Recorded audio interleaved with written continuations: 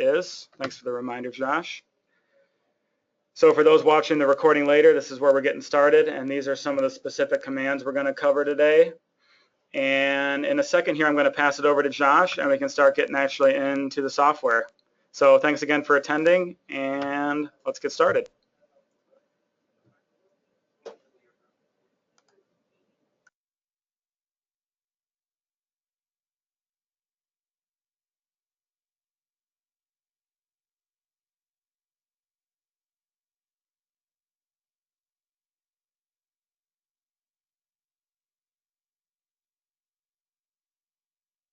All right. Meanwhile, we're going on yours, right? I think it'll have to pick up your mic. Okay. Good morning, everyone. I'm going to go over some of the basic modeling features. Go over some of the push-pull methods, the move, and toolpath associativity with the solid models. Right here, we just have a part and a chuck done all on 2D high speed.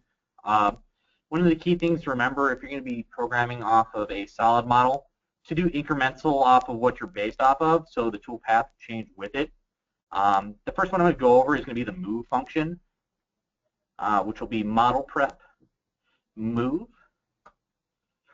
And it's always nice to take a look at this pop-up menu here because it allows you to select multiple things at once, so we can don't have to individually click and it'll move everything that we grab. So the one that we're going to do right now is going to be the inside of this face right here, and I'm going to shift click to get all the tangent faces right inside of there. Now once you have that grabbed, a little gnomon will pop up. A lot of guys know this gnomon from the dynamic moves, but it also pops up when you do some of the solids functions. I'm just going to grab the gnomon, and you can actually move this face wherever you'd like it. I'm just going to shift it over to the right, to the left a little bit, just to show you that it can be moved. Once you have it wherever you positioned it, you can also do the grab on the gnomon just like you could with the dynamic and put an actual amount in there. Once we're good there, I'm going to click OK. In the past, when you did any type of solids functions, every toolpath that was part of the solid would be marked dirty, but in this case, we only have two toolpaths that are marked dirty, so ones that are directly related to it. One being the inside of the bore, and the other one being on the top of the face because the toolpath changed. Because of that, now all we have to do is regenerate the two dirty ones, and it automatically pulls it back up to us. Move the face over, and then it's going to reposition the top. The second thing here is we can actually do a push-pull. We go into the model prep again, push-pull. And this allows us to modify faces. I'm going to go ahead and grab the bottom of this face right here. Again, the same options apply. I just want to move this bottom face. And you get a little up and down arrow. You can select on the arrow. You can manually move it up and down. Or if you have a known amount, we can type it in. I'm going to go ahead and I'm going to move it up 0.05 millimeters. You can click once, enter for once to change it to see a preview. Hit enter again to lock in that change for you. So if you have a known amount you need to move it to, you can do that. I'm going to go ahead and click OK. Now again, it's going to mark the toolpaths that are going to be dirty, that are only relative to that space. So I'm going to regen them again. And there we go, it pops up. And because we designed this toolpath as incremental from the bottom of the chain, so when we pushed it up, it'll move with the bottom of the surface. If you don't have it chained incremental or by the bottom of the surface, it will not change for you. If you do absolute, when you change the surface, it could be an absolute number. The other feature that we have is going to be the from back selection. So I'm going to go inside this first toolpath here, go inside geometry, and I'm going to avoidance region. The original avoidance region is on the bottom edge here. I'm just going to do a right click and rechain all. Some of you don't notice we have the from back button right here. Some of you don't know what this is. It's so you don't have to flip the part over or try to manipulate the part to get to the back of it. So I can actually do from back. Once I have that selected, it grabs the geometry that you cannot see. So I'm just going to grab this back edge right here. As you see, it's selected the bottom edge. It's selecting through the part. I'm going to click OK. And OK again. And we can go ahead and regenerate that toolpath. One of the other features that we like to use is going to be the bounding box. Just gives you a better stock setup to kind of see what's going on. And it's a little bit easier to manipulate it to whatever stock you need to find out what you need for cutting your part.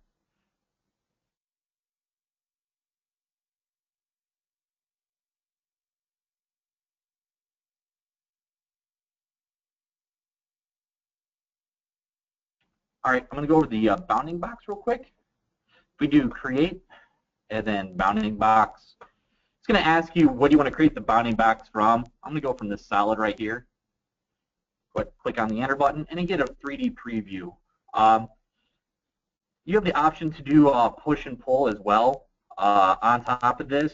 And you know, if you're going to have set up a device just like this, we can grab some of the faces on it. Like if I want to take this face and I want to force it to a known size or a chuck jaw opening that you have, I can grab on the arrows and it moves just like the push-pull that we used on the feature earlier, and you can lock it to known points. So I can lock the distance over here right to the edge of the jaws on that side, and I can do the same thing over here, grab this edge, lock it to the jaws right there, and I can do the same for the bottom. I can grab the bottom over here, and I can lock it to the bottom of the jaws. Also, if you don't want a 2D bounding box and you want to work from solids, you have this button right here to force it as a solid because it's great for the 3Ds that you can use a solid to do for stock removal. We can go ahead and click OK. And it gave me a 3D box with wireframe, if you'd like it, to create the feature. That's it for some of this on this part. I'm going to move on to the next one real quick. Here I have got a... Josh, before you get into that, do you guys have any questions on any of those push-pull commands or creating the bounding box? I didn't see any come through. I just want to make sure. No? Okay. All right. The next one here is going to be a mold base. I'm going to show you how to utilize the solid disassemble feature, which is very nice, especially when you get full assemblies from, say, SolidWorks or any of the other files. Go to Model Prep, Solid Disassemble. And it's going to pull it up, and it says, what bodies do I want to disassemble? Again, you can select a single body, or you can do multiples. I'm just going to go ahead and I'm going to highlight over the whole entire thing. And if I zoom out here, you get a preview. It's going to pull it all out in a row. Couple different options here. You can move or copy. If you want to keep a full assembled model inside your program, you want to use copy so it doesn't get rid of your assembled piece. Also, you can set which direction you want it to lay it out on. Standard is X+, and you can also designate a spacing. So some of the guys that use so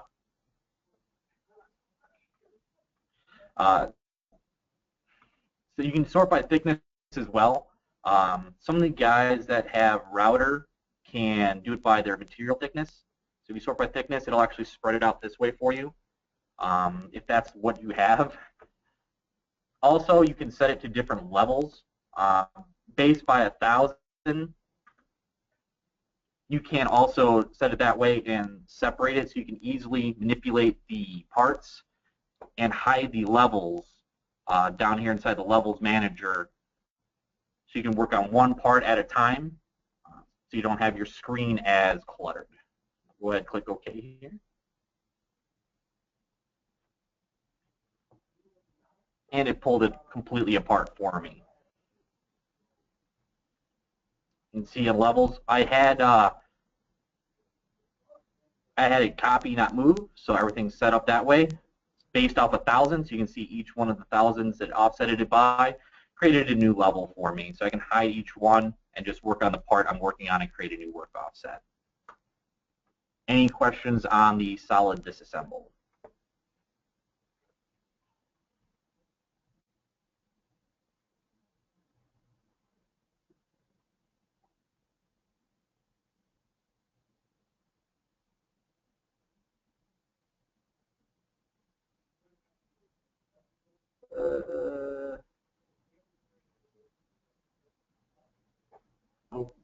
Base, Dallas, he just means by what a mold base would be. So there's a bunch of different bodies within a mold base, and only some of them may need to be machined. So like in this example here, towards the bottom there's the actual mold cavity that's part of it that, you know, may need to be machined, or there's like an insert in there that would need to be tool passed. And then you could break out that individual piece instead of having to search for it.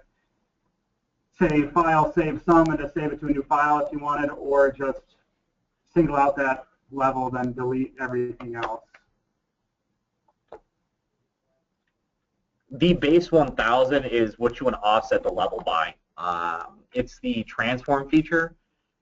Base 1000, so if it's on a level 1, when you do a 1000 base, the level 1 become 1001, level 2 will become 1002. It doesn't have to be 1000. You can set it off by 10, you can set it off by 20. It's just a number that you can utilize to offset the parts.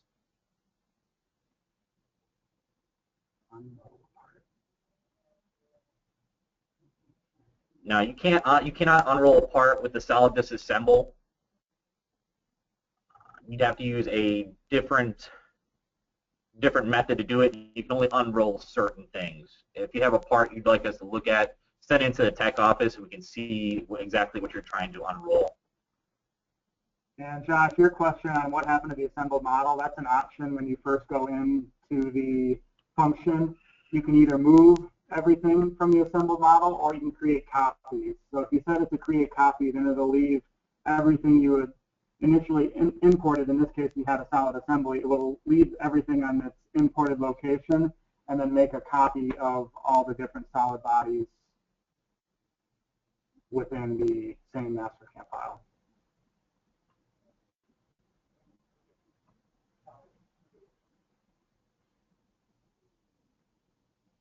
I believe that's the questions that we had. Any other questions before I move on to the next feature? All right, I'm going to open up the last feature here. It's setting up fixtures and clamps, kind of importing it and setting it up for the solid mating feature. I just got a basic blinking part here, and I'm going to import a clamp. So I'm going to do a file, merge pattern. I'm just going to grab my finger clamp here. Just imports. I'm just going to move it off to the side so it's not sitting on our part. You move it off to the side with the select feature here. I'm just going to move it off. Click OK. This one is going to be the model prep solid position function. This is allowing you to mate features to another so it moves evenly. Let's click on solid position. It's going to ask you what surface you want to mate. I want to mate the bottom of this clamp. Once you have that up, it's going to ask you where do you want the mating point to be. In this case, I'll just move the mating point over just so you can see it moved. I'll just move it to the center of this arc. Click right there. Now you can also notice that it does control the place of copy. This is important, so you can do multiple ones at once instead of having to re-import the same file. So I'm going to hit Control the copy, and it's going to ask me what face I want to mate it to. I want to mate it to the top of this face right here. To do that, a part pops up. It's going to be a ghost image of it. This is also the new transform feature here. Anytime the transforms are doing a mating face, it'll give you a wireframe edge of it instead of the old school just blanket box. So it gives you a better idea of what your part's going to be sitting at. I'm going to select on the center of the gnomon here so I can move my part. You can do midpoints, and if you guys aren't aware, you can also have the temporary midpoints. So if I actually select here, hover for a second, you can see a little green plus mark in there. I'm going to go to the middle over here, get a green plus mark, and then you get a new red one, which is the temporary midpoint. I'm going to go ahead and select that temporary midpoint, click on it, move my part. Once you have that done and you want to move to the next part, you're going to hit Enter. It's going to ask another mating face. You want to place another one. I'm going to hold Control again and select this face. So I want to move a copy over to it.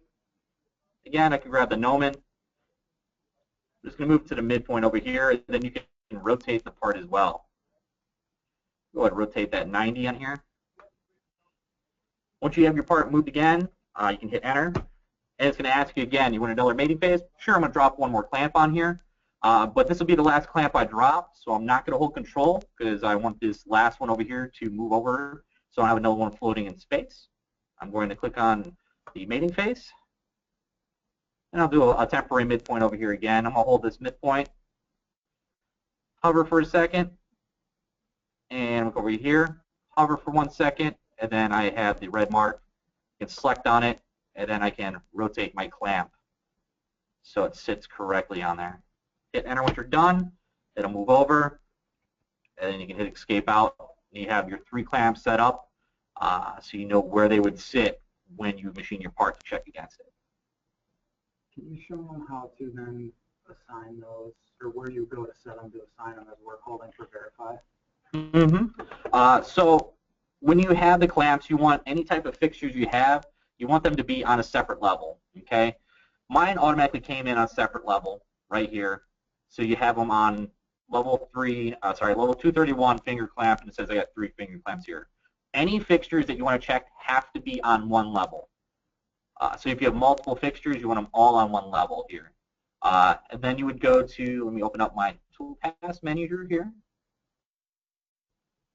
Underneath the backplot verify options, I have to get one operation in here. 1 second.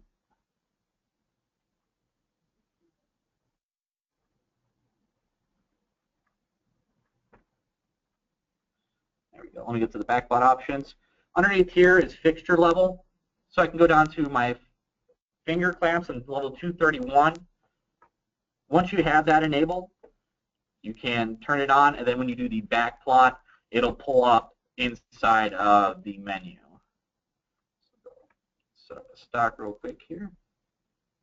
Let's go.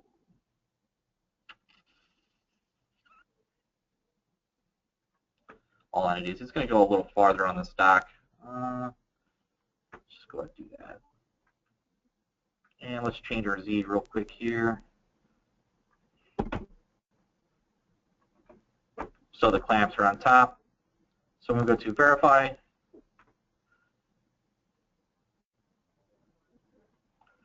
We have our clamps on top of there.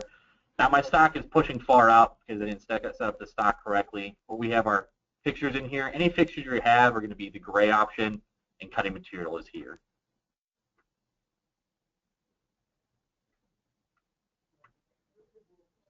Any questions on the fixtures or setting the fixtures up?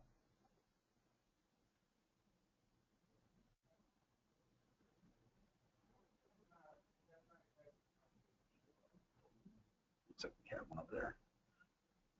Pull that over, you can see it, yeah.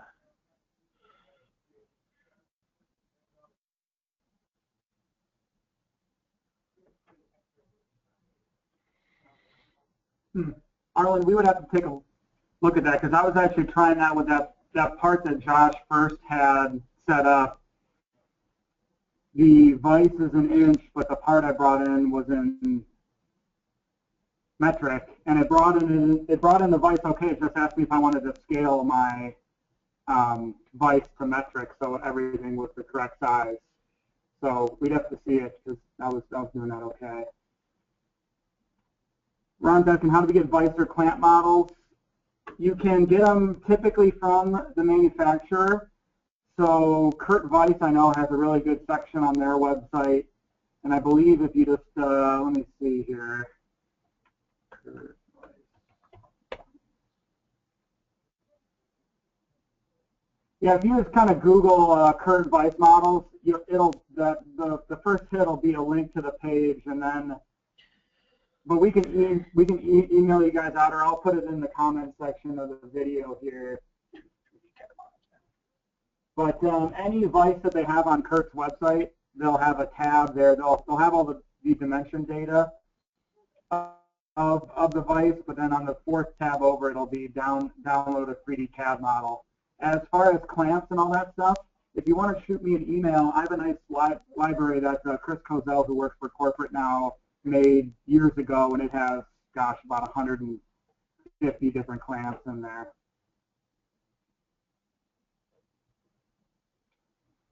But yeah, we don't have our own. There isn't a built-in library of different vices and clamps because they can really vary.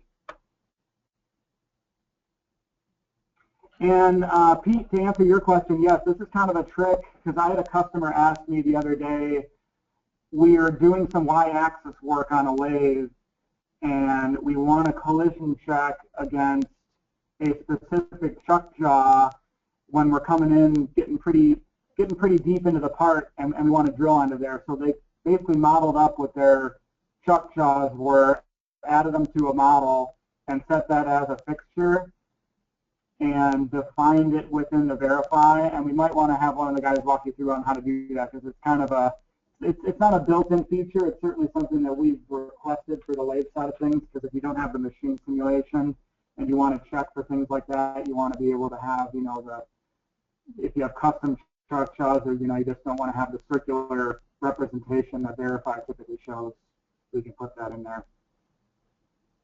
Also answer your question, Pete, yes, the fixtures all have to be on the same level. You can only operate off of one level at a time for selection for the fixtures.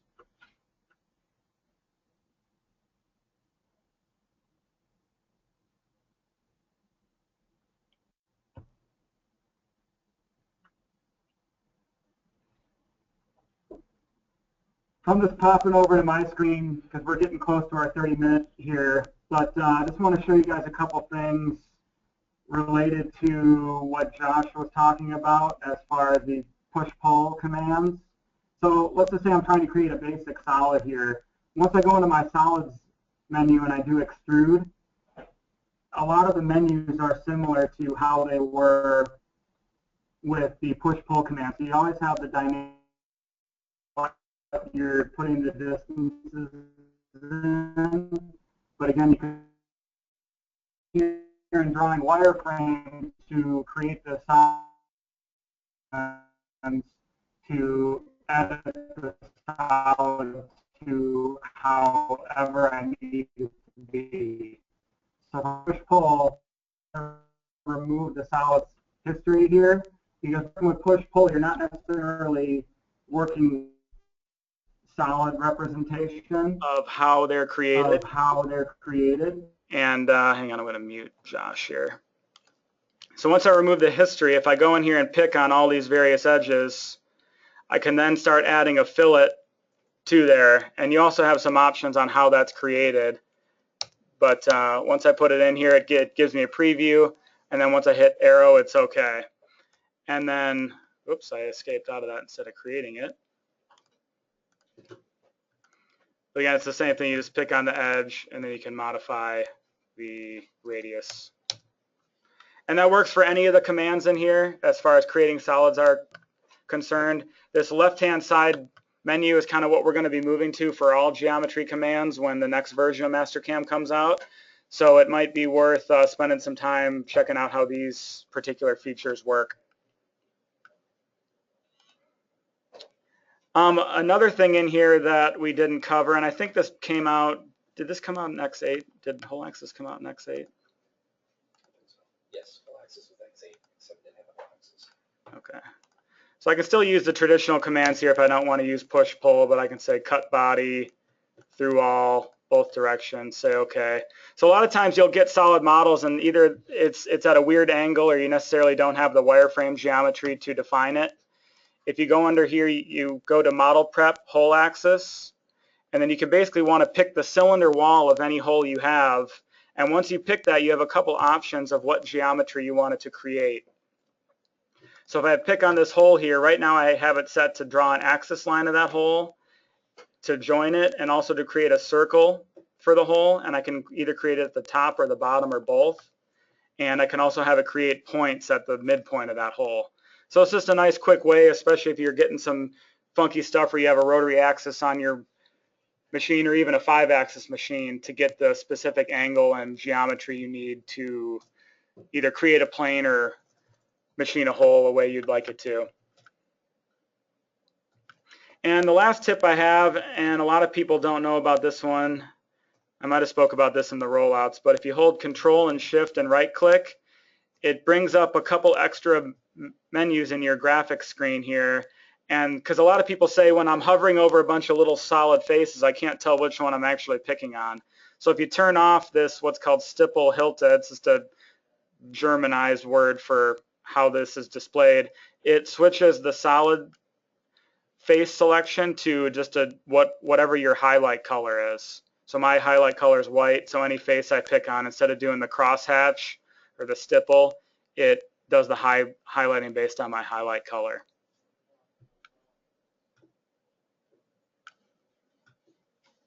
And I just, again, it's anywhere in the graphics window, Control and Shift, and right click, and it shows up down here.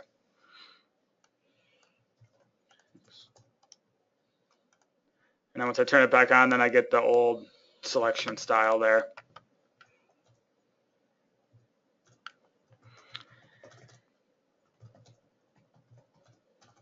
And that's really all we had as far as pre-planned stuff, and we're about right at a half an hour here.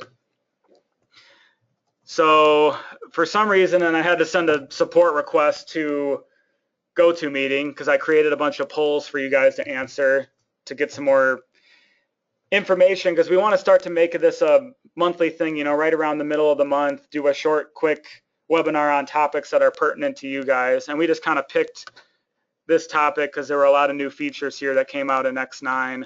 But instead of doing a poll, if any of you guys want to put just in the questions field any future topics you want to see, you know, do you want to see a 2D high speed, 3D high speed, or really any sort of specific topic, you know, maybe working more with fixturing and work holding and verify, and using some of the new collision and verify compare tools that are in verify, I think would be a good one to cover, because there's a lot of new things in there that I think people may not be taking advantage of. So where are there any questions, Josh? I just answered one. It was off topic, but no. Oh, okay. So yeah, we'll leave this open for a few more minutes to see if anybody has any additional questions. I'll bring up the PowerPoint here.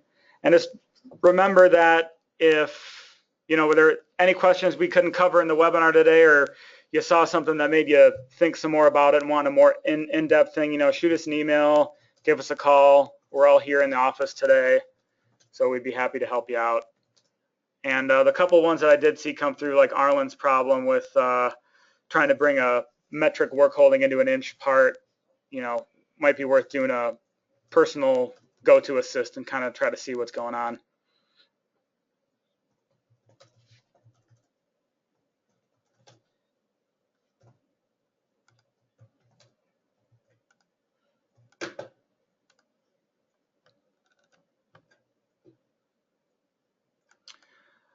Pete, we have not had a webinar on turning tips and tricks, but that's a good idea. I am going to write that down.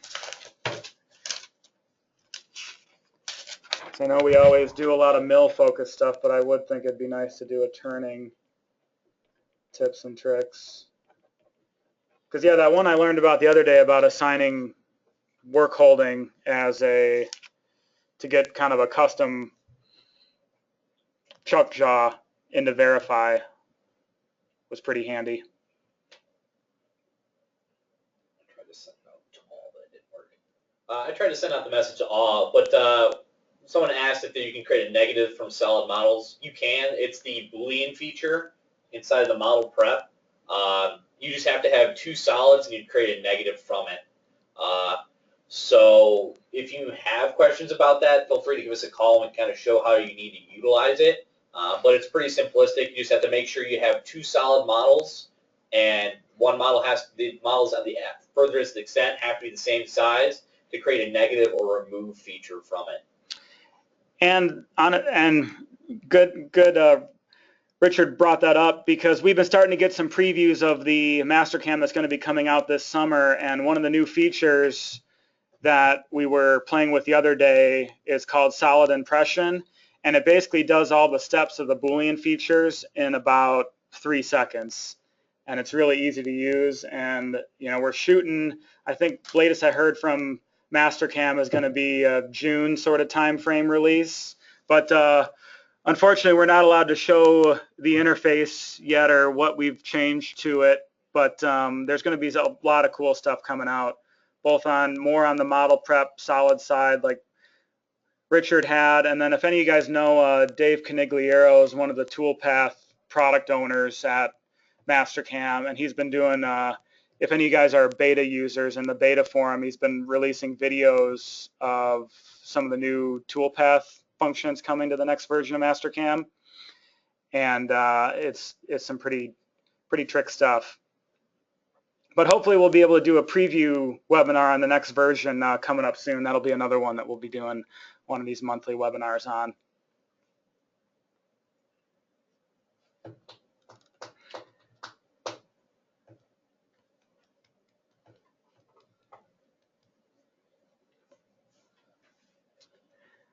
But looks like we're not having any more questions coming in, so I'm going to end the webinar and stop the recording here.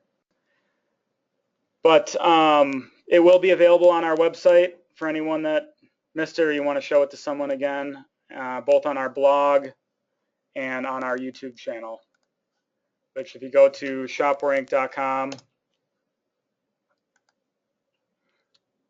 it's under the What's New section here. And I also try to post on here anytime Mastercam comes out with a new version or any other pertinent news, we will put up on this page. So it's always a good one to check out.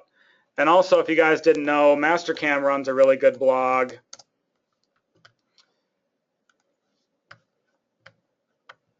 And they post 3 or 4 posts a week, but you can search by topic and date on the right-hand side, but they always have a lot of cool kind of tips and tricks and interviews with some of their product engineers and things like that, and it's a pretty good resource.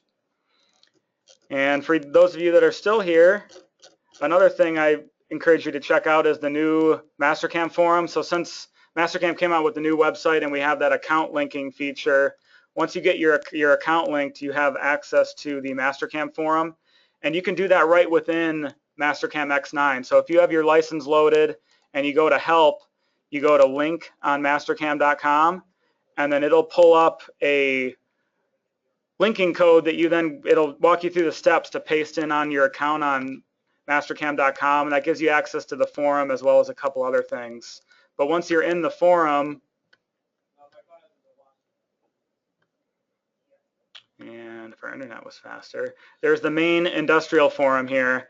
And it's a good resource of a lot of users. If any of you guys used to be on the Mastercam forums, most of the people have moved over to here. So there's a handful of guys that seem to always answer everyone's questions, and there's usually a lot of good discussions. Or if people are having a particular issue with Mastercam, now that Mastercam Corporate runs this, a lot of the actual developers and people that work at Mastercam can chime in on things and hopefully try to get your issue sorted or offer the right sort of suggestions.